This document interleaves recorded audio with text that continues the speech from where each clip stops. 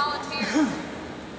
And I don't know if too many of you people are familiar with what we call it used to be called the Parade of Breeds, now it's called Horses of the World show. Well, Angie comes and volunteers in the show. Now you don't bring this horse. She don't bring this horse, but she's got some a donkey, I think. Tell her what you have.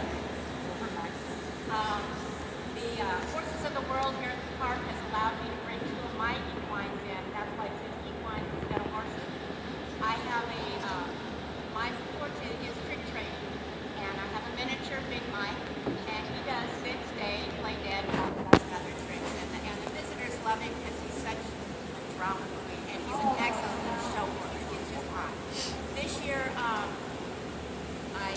have a 3-year-old standard donkey, Jerry Lee. He's named Jerry Lee because he sings so nice. And he has grown to about this size, and he's learning trick training. So he does a big smile. If you haven't seen a donkey smile, you haven't lived. You cannot frown and see a donkey smile.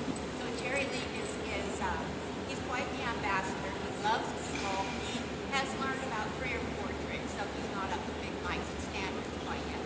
But those two have come into the park for the summer and entertainment tours. So, and bless her heart, she's been to Briarfest a couple of times, so that's her claim to fame. Other than that, she's not really into entertainment. You know her. All right, so what we want to do is we're going to give you some tools. The tools is going to be the stick and string and the rope and halter. The biggest challenge for most of you guys is going to be the stick and string. It's going to be like, what is it, patting your head, rubbing your belly at the same time. Oh my gosh. Being able to tell the horse to go over here with the stick and string over here is just really hard. But you don't have to use the stick and string, but we think of the stick and string as an extension of our arm. So we can reach out and touch him where we need to touch him and still be safe to do that. The horse cannot run over you, kick you, and strike you if you're at least 4 feet away from him. That stick is right at 4 feet, right? Then you add another 4 feet of string to it. You can still reach out and touch him with the string and be a safe distance away. Now, right now we want to make sure our horses are comfortable with our tools. We look at this as not a whip. Yes, we want to be able to use it as encouragement, like a whip if you were carrying it in the saddle, but we don't want him to be afraid of it, right? So we want him to respect it, but at the same time, he needs to be comfortable with it. So right now, you can think of that end of that string is when horses stand together under the shade tree in the hot summer, they switch their tails and get the flies off. Well, this is Angie's tail, or this is Terry's tail, the string. Dave, the same thing over there. And now she's desensitized him to it. He's not afraid of all that stick and string, but I guarantee you he respects it. So Dave's got his horse pretty relaxed, not afraid of the stick and string. So when we go to do an obstacle, the first thing we got to do is be able to open the door. Give them a doorway, show them where you want them to go. Make it very clear. So when you go to open the door like Dave is doing, he raised his hand first. Just because you raise your hand don't mean you go. Both hands don't go, right? Raise your hand, ask them to go politely. If they don't go, then you use the stick and string. Now, very good horse with the legs, he's pointing a little bit, tell them to go. Now, this horse, see he's already noticed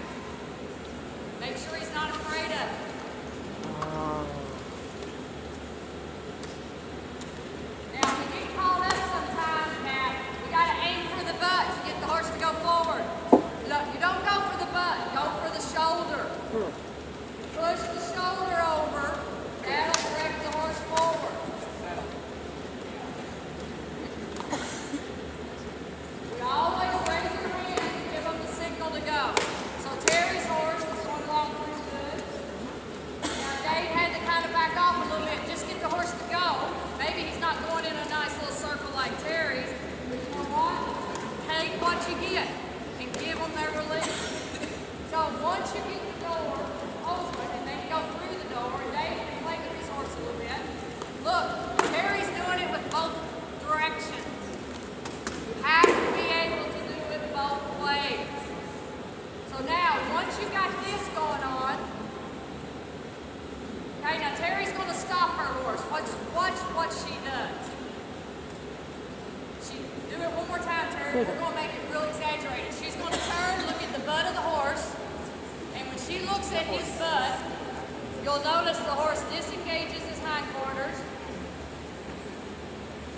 and turns and faces. So now he's set up to go the other direction. And you don't have to move your feet at all. Okay, now once you got this, you present him to the obstacle. So if I was going to do this obstacle, I don't want to stand over here to do it. If I do, more than likely my horse is going to go between me and the obstacle because he probably don't respect my space yet. So now look at that horse. That's pretty good. Yeah. And tell him a little bit, Cindy, about what the problem he had. He was a roping horse, and he wants to work the rope on me. He's in her calf. Cindy, come over here. They can't hear you. Oh, I'm sorry. He was a roping horse, and he wanted to work the rope on me as if I was a calf. I could not get him to go. I had him going once like that, and all came to an end, and he gets very confused as to what to do with the rope. So I'm very confused. How about round pose? So now, if I wanted to do this obstacle, I don't want to do this. I don't want to. Come on. Oh, look at you. Oh, wait. And then he gets scared of it, and then jumps up on top of it, right? And then I fall down and get hurt. So that's not what we want to do. And what happens if he follows me across? He's not learning to do it himself. He's following the leader, which is good for training, but we still want to teach them to do things themselves. So what I may do is I'm going to stand on the corner of the mattress and open the door again. Send her through the doorway.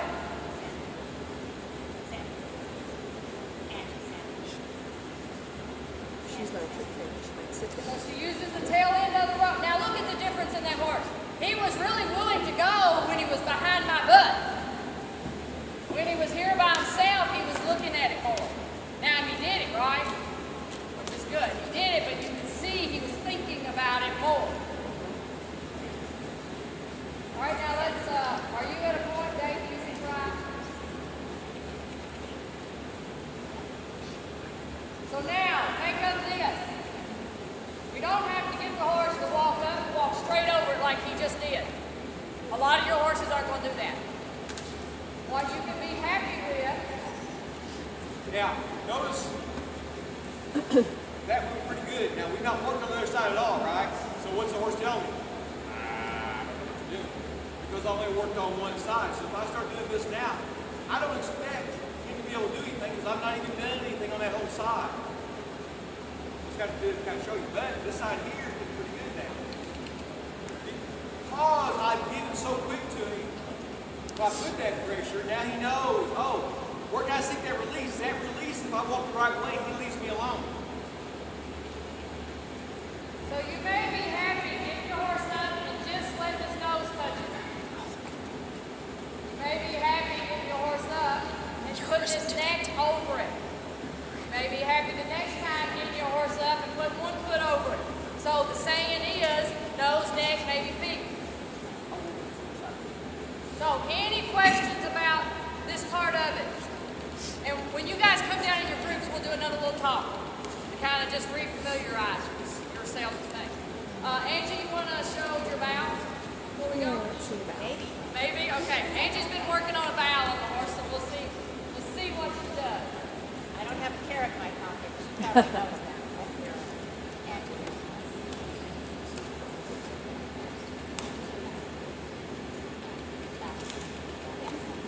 She's like, I'm thinking about it. Seriously.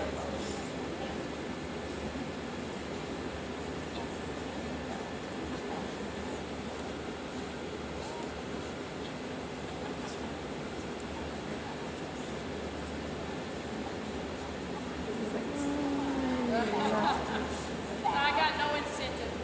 No, it's To do it. That's okay. We might get it by the end of the day.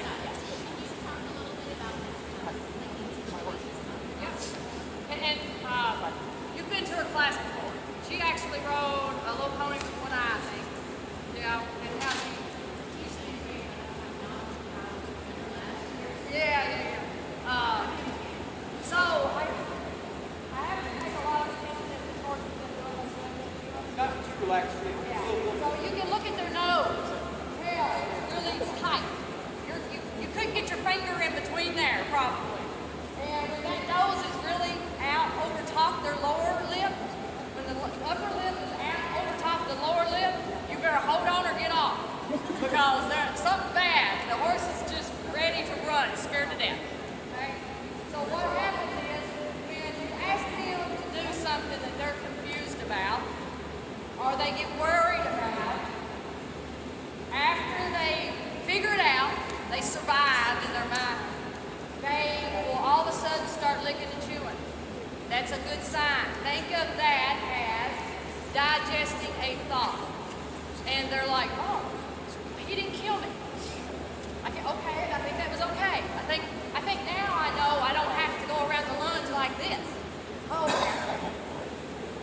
And a lot of times they'll start licking and chewing. Those are all great. When they start licking and chewing and going, when they start blowing out, all of a sudden you'll notice their head will start to lower. Those are all good signs to look for. The horse's head's way up here like this, big white eyes, his nose is stuck out. You got a lot of energy, which may be good for some days. Speaking of the whole relaxing, the more relaxed you are, the more relaxed they're going to get. The hardest thing to do is become relaxed when they're not relaxed. I know. And the horse is breathing fire, and there's sparks coming from their feet. You got to have some confidence in yourself and just say, you know what, that's very impressive. We'll do this. If I'm like this all the time on this, as humans, we're very pinpoint with our vision. We put our eyes where we want. Horses are more, we're looking at the world. They're more. If we kind of change their vision a little bit, we kind of take into the big picture. I can still look at my horse. I know he's right here. I don't have to look right. I don't have to go. I can see him. It becomes really special with this guy here. He didn't want to turn, so I have to open my vision up. I know he's there. I know where my stick is. But I look somewhere else and put pressure and be able to take it away. That's going to help him out because now I'm not just directing straight on him. I'm not that big predator that's like, oh, I'm going to get that shoulder.